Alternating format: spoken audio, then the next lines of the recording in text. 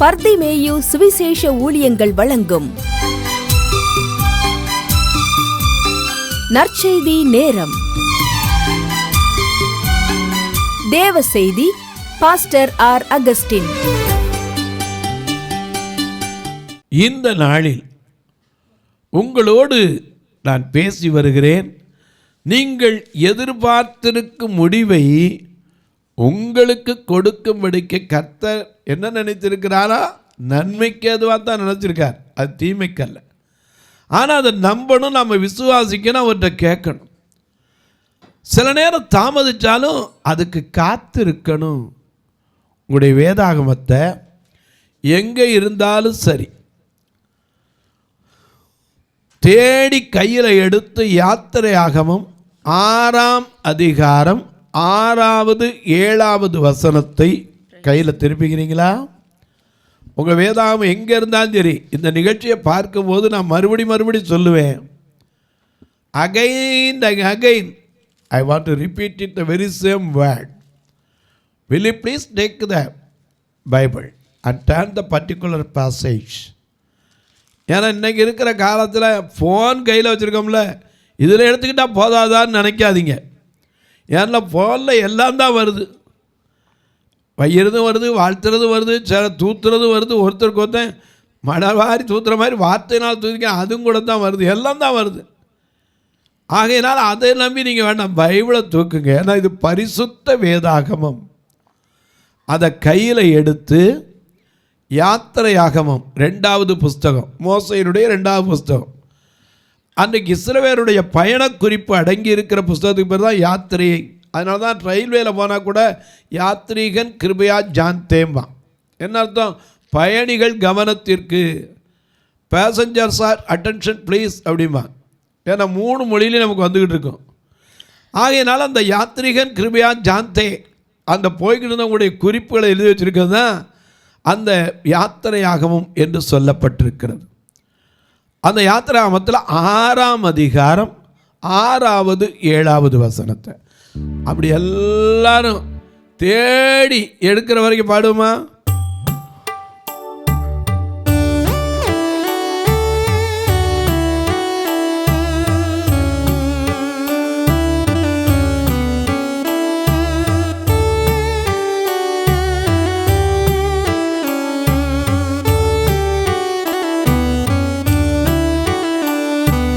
மலையும் மலையும் பேட்டையும் கர்த்தரை கருத்துடன் பாடிடுவே. காலையும் மலையும் பேட்டையும் கர்த்தரை கருத்துடன் பாடிடுவே. பரிசுத்தர் பரிசுத்தர் பரிசுத்தர் என தூதர் பாடிடும் தொனி கேட்குதே. பரிசுத்தர் பரிசுத்தர் பரிசுத்தர் என பாடிடும் தொனி கேட்குதே. காலையும் மாலையும் வேளையும் கர்த்தரை கருத்துடன் பாடிடுவே.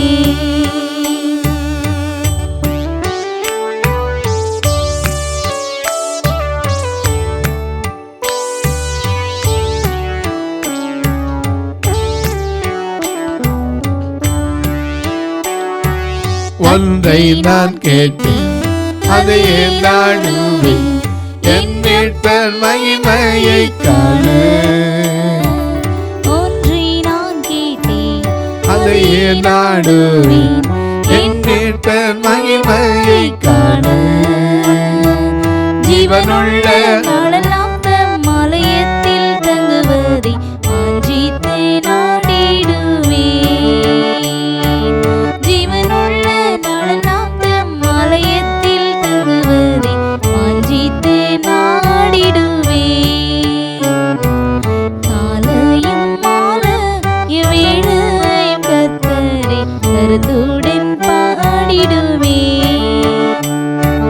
பரிசுத்தர் பரிசுத்தர் பரிசுத்தர் என பாடிடும் தொனி கேட்குதே.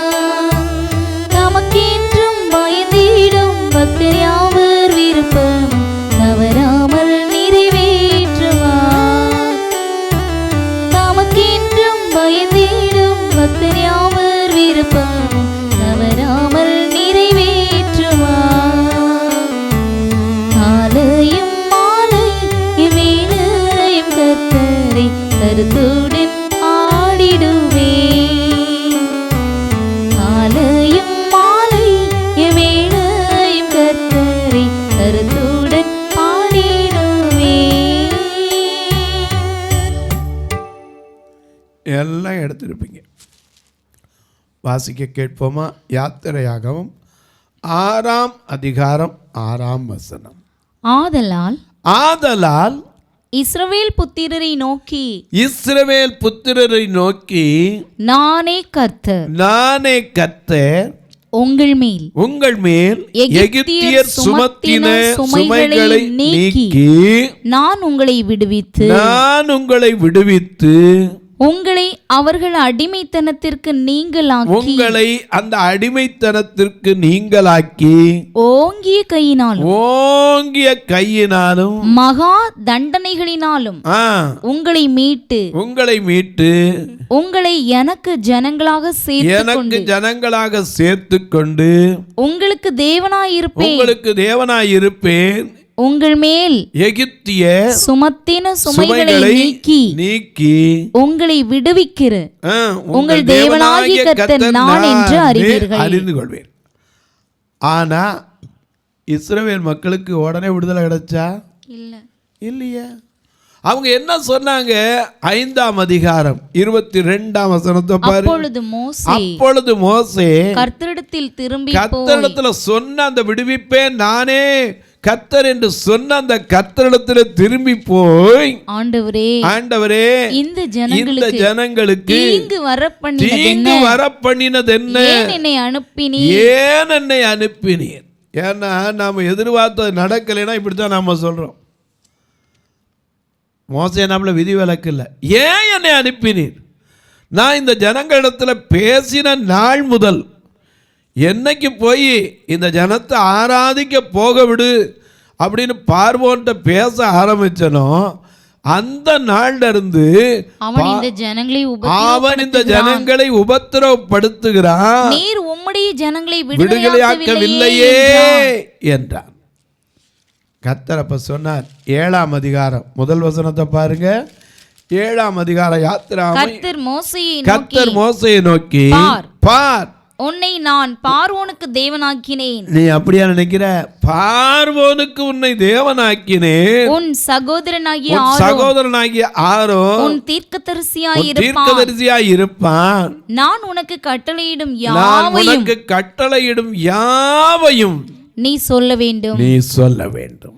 பார்வோன் இஸ்ரவேல் புத்திரரை தான் தேசத்திலிருந்து அனுப்பிவிடும்படி உன் சகோதரனாகிய ஆரோன் அவனிடத்தில் பேச வேண்டும். எனக்கு அன்பானவர்களே, ஒவ்வொரு வரிசையா நீங்க உட்கார்ந்து படிச்சீங்கன்னா பார்வோன்ட்ட போய் பேசின உடனே அவன் உடனே பயந்தா விட்டான் இல்ல, கடினப்பட்டு கொஞ்சம் லகுவாச்சுன்னா போதும் கடினப்பட்டுறான். ஏன்னா எகிப்தில் எல்லா இடமும் தண்ணியாச்சு, ரத்தமாச்சு, தண்ணீர் எல்லாம். உடனே பார்வோன் மனம் திரும்பிட்டானா? எங்க பார்த்தாலும் ஒரே தவளையாச்சு, ஒரே பேனா இருந்துச்சு, வண்டுகளா இருந்துச்சு, எரிவந்த கொப்பளம் இருந்துச்சு. சொல்லப்போனா காரிருள் சூழ்ந்து கிடந்துச்சு. கல்மழை பெய்தது, அநேக மிருக ஜீவன்கள் அழிக்கப்பட்டது. ஆனால் பார்வோனுடைய இருதயம் கடினப்பட்டு தான் இருந்துச்சு. ஒரு நாள் கர்த்தர் சொன்னார். யாத்திராகமம் 12ஆம் அதிகாரம் உங்களுக்கு திருப்பிக் கொள்ளுங்க, முதல் வசனத்திலிருந்து வாசிங்க. யாத்திராகமம் 12ஆம் அதிகாரம் முதல் வசனத்திலிருந்து. கர்த்தர் எகிப்து தேசத்தில் மோசேயையும் ஆரோனையும் நோக்கி இந்த மாதம் உங்களுக்கு பிரதான மாதம், இது உங்களுக்கு வருஷத்தின் முதல் மாதமாய் இருப்பதாக நீங்கள் இஸ்ரவேல் சபையார் யாவரையும் நோக்கி இந்த மாதம் 10ஆம் தேதியில் வீட்டு தலைவர்கள் வீட்டுக்கு ஒரு ஆட்டுக்குட்டியாக ஒவ்வொருவரும் தங்களுடைய ஆட்டுக்குட்டியை தெரிந்து கொள்ளவர்கள், ஒரு வீட்டில் இருக்கிறவர்கள் ஒரு ஆட்டுக்குட்டி புசிக்கிறதற்கு போதுமான பெயர்களாய் இராமற் போனால் அவனும் அவன் சமீபத்தில் இருக்கிற அவனுடைய அயல் வீட்டுக்காரனும். அங்கேயே ஆண்டவர் ஒற்றுமைப்படுத்தி தான் பார்க்கிறார். பக்கத்து வீட்டுக்காரனோட ஒற்றுமையை சேர்ந்துக்கிறான். அயல் வீட்டுக்காரனும் தங்களிடத்தில் உள்ள ஆத்துமாக்களின் இலக்கத்தின்படி தக்கதாக ஒரு ஆட்டுக்குட்டியை தெரிந்து கொள்ள வேண்டும். அவனவன் புசிப்புக்கு தக்கதாக இலக்கம் பார்த்து ஆட்டுக்குட்டியை தெரிந்து கொள்ள வேண்டும். அந்த ஆட்டுக்குட்டி பழுதற்றது. இதெல்லாம் உங்களுக்கு வரிசையா உட்கார்ந்து வாசிக்கலாம். நேரம் பழுதற்றதா இருக்கணும், நசல் கொண்டதா இருக்கக்கூடாது. அதுல கசப்பான கீரையோட புளிப்பில்லாத அப்பத்தோட என்ன செய்யணும்? புசிக்கணும். காலை வரைக்கும் யாரும் என்ன செய்யக்கூடாது? அதை வச்சிருக்க கூடாது. ஏன்னா ஒரு காரியத்தை நீங்க மறக்காம இருந்த பண்டிகை கொண்டாடும் போது அந்த ரத்தத்துல கொஞ்சம் கையில் எடுத்து நிலைக்கால்கள்ல என்ன செய்யணும்? அடையாளம் போடணும். ஏன்னா சம்கார தூதன் கடந்து போகும்போது அது உங்களுக்கு உதவி செய்யும். எல்லாரும் ஆமா இத்தனை நாள் சொன்னாங்களே, என்ன நடந்துருச்சா? இவ்வளவு வாதையை கண்டுட்டோம், இவ்வளவு பிரச்சனைகள் வந்துருச்சு, ஆனால் பார்வன் போவிட்டானா? அவங்க ஆனால் சொன்னதை செஞ்சாங்க. 12ஆம் அதிகாரம் 12ஆம் வசனத்தை பாருங்க. அந்த ராத்திரியிலே நான் எகிப்து தேசம் எங்கும் போய் எகிப்து தேசத்தில் உள்ள மனிதர் முதல் மிருக ஜீவன்கள் வரைக்கும் உள்ள முதற்பேராயிருக்கிறவைகள் எல்லாம் ஆதம் பண்ணி எகிப்து தேவர்களின் மேல் நீதியை செலுத்துவேன். நானே கர்த்தர். நீங்கள் இருக்கும் வீடுகளில் அந்த ரத்தம் உங்களுக்கு அடையாளமாயிருக்கும். அந்த ரத்தத்தை நான் கண்டு உங்களை கடந்து போவேன். நான் எகிப்து தேசத்தை அழிக்கும் போது அழிக்கும் வாதை உங்களுக்குள்ளே வராதிருக்கும். அதனாலதான் பாசம் அழகா நம்ம என்ன செய்யறோம்? பாடுறோம். என்ன பாடுறோம்? ஒவ்வொன்றுக்கும் பாடு. ரத்தம் ஜெயம், ஆகாக ரத்தம் ஜெயம், ரத்தம் ஜெயம், ஆஹா ரத்தம் ஜெயம், கல்வாரி இயேசுவின் ரத்தம் ஜெயம், காருண்ய தேவனின் ரத்தம் ஜெயம், கல்வாரி இயேசுவின் ரத்தம் ஜெயம், காருண்ய தேவனின் ரத்தம் ஜெயம், பாவங்கள் போக்கிடும் ரத்தம் ஜெயம், பரிசுத்தமாக்கிடும் ரத்தம் ஜெயம், அதிகாரம் தந்திடும் ரத்தம் ஜெயம், செய்திடும் ரத்தம் ஜெயம். ஓஹோ ரத்தம் ஜெயம், ஆஹா ரத்தம் ஜெயம், கல்வாரி இயேசுவின் ரத்தம் ஜெயம், காருண்ய தேவனின் ரத்தம் ஜெயம், எதிரியை துரத்திடும் ரத்தம் ஜெயம், என்னாலும் சுகம் தரும் ரத்தம் ஜெயம், பலவீனம் நீக்கிடும் ரத்தம் ஜெயம், பலவானாய் மாற்றிடும் ரத்தம் ஜெயம், ரத்தம் ஜெயம், ரத்தம் ஜெயம், ஓ ரத்தம் ஜெயம், ரத்தம் ஜெயம், கல்வாரி இயேசுவின் ரத்தம் ஜெயம், காருண்ய தேவனின் ரத்தம் ஜெயம். ஏன்னா அந்த ரத்தத்துக்கு அவ்வளவு வல்லமை உண்டு.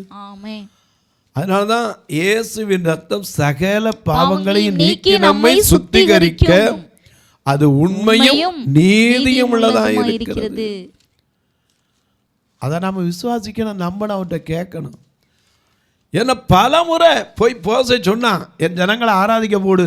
முதல்ல சொன்னா இப்ப நீங்க மட்டும் போயிட்டு வாங்க. ரெண்டாவது சொன்னா உங்க பிள்ளையெல்லாம் கூட்டு போகாதீங்கப்பா, பாவம், ஆடு மாடுகள்லாம் ஒன்றும் கொண்டு போகண்டாம், சும்மா இப்படி பல காரியத்தை சொல்லி சொல்லி சொல்லி சொல்லி தடை பண்ணிக்கிட்டு இருந்தான்.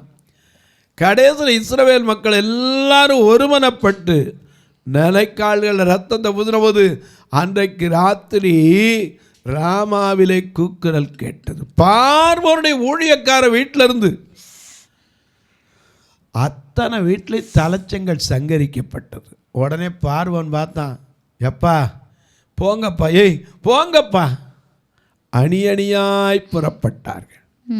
இஸ்ரவேலர் எப்படி புறப்பட்டாங்க? அணி அணியாய், அப்படி வரிசையா புறப்பட்டு போனான். கர்த்தர் அவளை நடத்தினார். ஏன்னா பெலிஸ்தியர் தேசம் வழியா போனா கூட சண்டைக்காரன் சண்டைக்கு வருவான்னு சுற்றி நடக்க பண்ணி கொண்டு போனான். ஆனா செங்கடல் வந்த உடனே இவங்க என்ன சொன்னாங்க? எகிப்திலே எங்களை விட்டுருன்னு சொன்னமே, நாங்கள் இந்த வனாந்தரத்தில் சாகிறத பார்க்கல, எகிப்தில் சாகிறது நலமாக இருக்கும். இன்னைக்கு அநேக நேரங்களில் நமக்கு சாதகமாக இருந்தால் ஆண்டவர் நல்லவருமோ இல்லைன்னா சொல்லுவோம். ஆனால் அவர் அப்படி இல்லை. நீங்கள் எதிர்பார்த்திருக்கும் முடிவை உங்களுக்கு கொடுக்கும்படிக்கு அவர் எப்போது நினைத்திருக்கிறது நன்மை தான். யாராக இருந்தாலும் சரி, அவர் நன்மைத்தான் தருகிறார். நன்மையான ஈவுகளை நாள்தோறும் தருகிற தேவன் ஒவ்வொரு நாளும் கொடுக்கிறார். இந்த செங்கடல் வந்தோடனே எங்களுக்கு என்ன எகிப்தில் என்ன சாவுகுழி இல்லையா கேட்டாங்க. யாத்திராகமம் 14:10-11 பார்க்கிறோம், எகிப்திலே பிரேத குழிகள் இல்லை என்றால் எங்களை சாகும்படிக்கு கொண்டு வந்தீர், நீர் எங்களை எகிப்திலிருந்து புறப்பட பண்ணினதினால் எங்களுக்கு இப்படி செய்தது என்ன? ஆண்டவர் செய்ததே அற்பமா நடந்துனா. ஒரு காலத்துல அந்த அடிமைத்தனத்துல மோசேட்ட போய் சொல்லி அழுதாங்க, கர்த்தர் எங்களை விடுதலையாக்கலையே, ஏன் விடுதலையாக்கல, என்னை ஏன் அனுப்புறேன்னு கூட மோசே கேட்டான். ஆனா இப்போ வெளியே புறப்பட்டு போங்கப்பான்னாச்சு. ஆனால் இவங்க என்ன சொல்கிறாங்க, புறப்பட்டு வந்ததில் ஒரு சின்ன தடை. அத்தனை அற்புதத்தை கண்டவங்களுக்கும் விசுவாசிக்க முடிச்ச அன்னைக்கு அற்புதத்தையே காணாதவங்க உங்களுக்கு சொல்கிறேன், நீங்கள் எதிர்பார்க்க முடியும் உங்களுக்கு கொடுப்பாருன்னா நீங்கள் நம்புறீங்களா? நம்பி கேட்டு பாருங்க, நிச்சயமாக தருவார். நீங்கள் எதிர்பார்த்திருக்க முடிவு. நான் ஒரு சமயத்தில் இப்படி தான் தெருவில் பிரசங்கம் பண்ணிட்டு போனேன். ஒரு பொண்ணு வந்து என் கையில் குழந்தைய கொடுத்து சொன்னாங்க, ஐயா டாக்டரு இது பொழைச்சி ஒரு வாரம் தான் இருக்கும், இது இருக்காது அப்படின்னு சொல்கிறாங்க. ஆனால் நான் என் வீட்டுக்கு போகும்போது, புருஷன் வீட்டுக்கு போகும்போது பிள்ளையோடு தான் போகணும், ஆண்டவர் என்னை அப்படி தான் அனுப்பி வைப்பார், நான் எதிர்பார்க்குறேன். நான் தைரியமாக போங்கன்னு கையில் தூக்கி ஜெபம் பண்ணி கொடுத்து அனுப்புனேன். 4-5 வருஷம் கழித்து அந்த பிள்ளையை அங்கே தூக்கிட்டு வந்தாங்க. பார்த்தா அந்த பிள்ளை அருமையாக வளர்ந்துருச்சு. ஏன் சொல்ல மாதிரி நம்முடைய நினைவுகள் வேறு, ஆண்டவருடைய நினைவுகள் வேறு. இந்த மக்கள் கொஞ்ச நேரம் அணி அணியாக போகும்போது ஓங்கும் புயமும் பலத்த கரமும் உன்பக்கம் உண்டு, தாங்கும் கிருபை தயவு இரக்கம் எல்லாம் பாடினாங்க. பார்வோன் கைக்கு உயிர்த்து மீட்ட பஸ்கா ஆட்டுக்குட்டி ஆரோன் மோசை என்கிற ஆசாரியர்கள் எங்களுக்கு உண்டுனா. ஆனால் செங்கடல் வந்தவொடனே எதிர்பார்த்து என்னாச்சு, நாங்கள் எகிப்திலே இருந்திருப்போம் என்னார். ஆண்டவர் அப்போ சொன்னார், நீ இனிமேல் எகிப்த நினைக்க வேண்டியதில்லை, ஏன்னா இன்னைக்கு பார்க்கறது தான் கடைசி. இன்று கண்ட எகிப்தியனை இனி என்றைக்கும் காண மாட்டீர்கள். ஆமா, செங்கடலை கடந்து போகும்போது நினைச்சிருப்பாங்க, தரையில் நடந்து வருவான், என்னடா 2 பக்கம் தண்ணி நிற்குது எப்படி? அப்பந்தான் நம்முடைய தேவன் யார்? இந்த தேவன் என்றென்றும் உள்ள சர்வ காலமும் நமது தேவன் மரண பரியந்தம் நம்மை நடத்திடுவார்.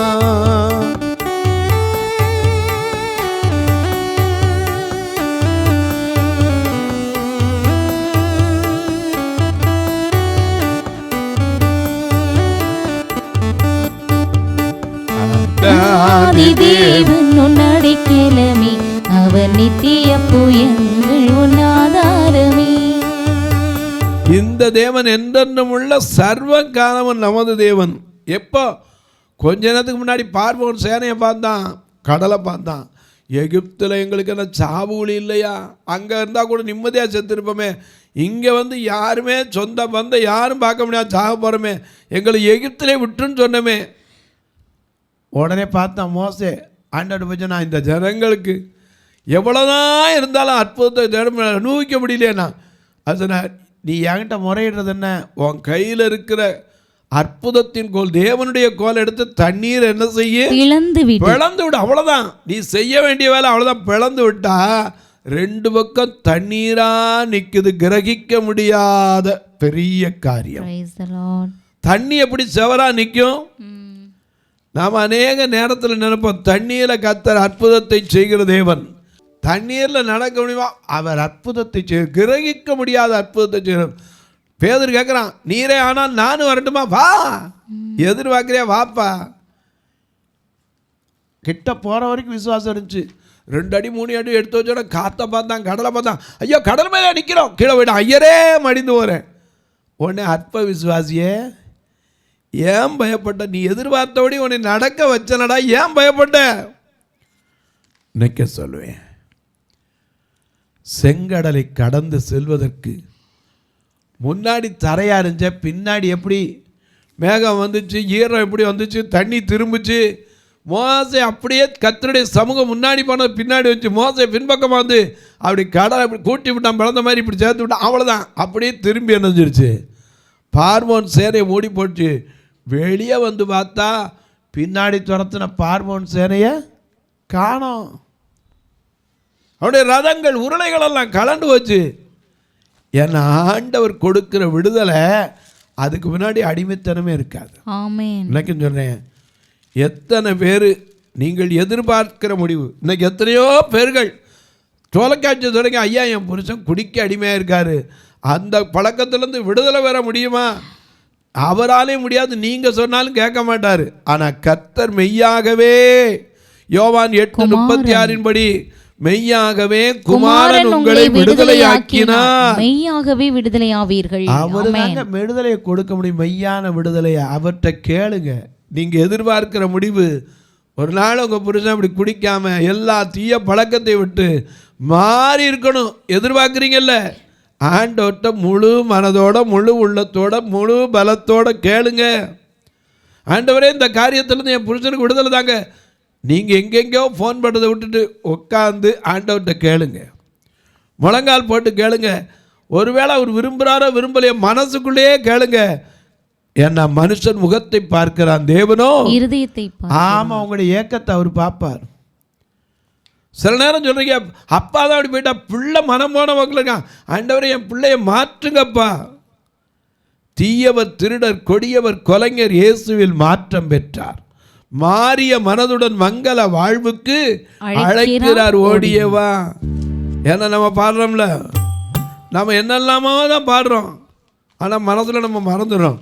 அழகா பாடுறோம், பொங்கி வரும் அருள் மனிதனை மாற்றிடுவே, அங்கி போன மனம் புது வாழ்வில் வளர்ந்திடுவே, பொங்கி வரும் அருள் மனிதனை மாற்றிடுவே.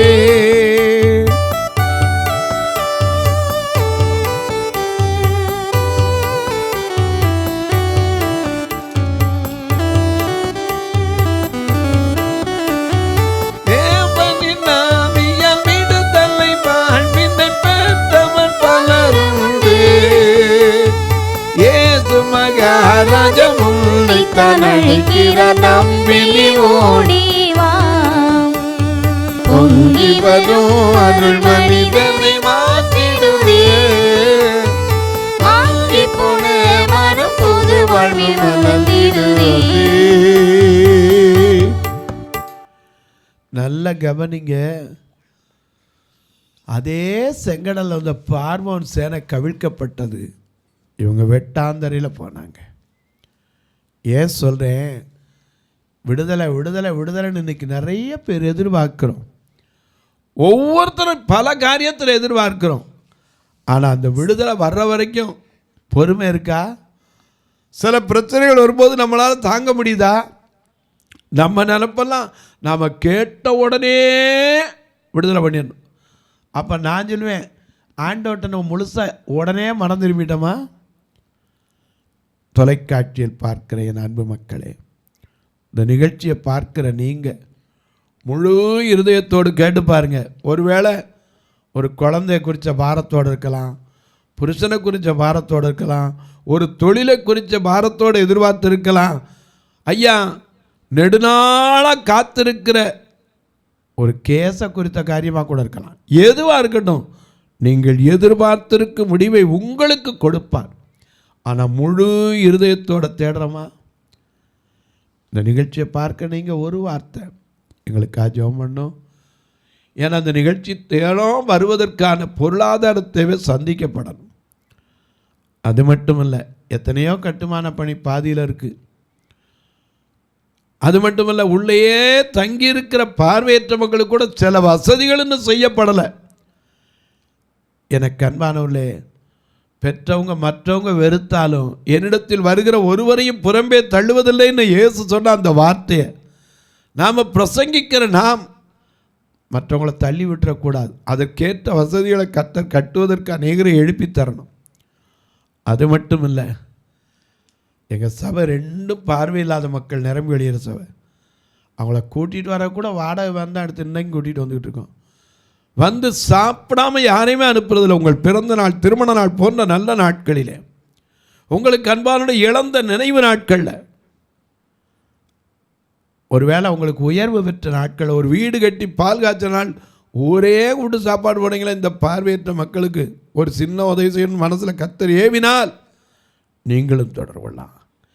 எப்படி பிரதர் தொடர்பு கொள்ள? இங்கே 2 ஃபோன் நம்பர் வந்துக்கிட்டே இருக்குது. அதில் ஜிபே, ஃபோன்பேலாம் இருக்குது. அது மட்டும் இல்லை, எனக்கு அன்பாலே உங்கள் ஜெப காரியம் எதுவாக இருக்கட்டும், எத்தனை நாள் காத்திருக்கிறதா இருக்கட்டும், எங்கிட்டையும் தாராளமாக சொல்லுங்கள். நானும் ஒருமனப்பட்டு ஜெபிப்போம். அன்றைக்கு ஒருமனப்பட்டு ஒரு கூட்டத்தார் ஜெபித்த போது பேதுருவுக்கு எப்படி அற்புதம் நடந்துச்சோ, எதிர்பார்த்தபடி அவனை எழுப்பி கொண்டு வந்தார். அதே போல் உங்களுக்கு அற்புதத்தை செய்வார். உங்கள் ஜெபக்காரி எது இருந்தாலும் காலை 10 மணிலேருந்து 5 மணிக்குள்ளே சொல்லலாம், நானும் உங்களுக்காக ஜெபிப்பேன். இப்போ உங்களுக்காக ஜெபிக்கட்டுமா?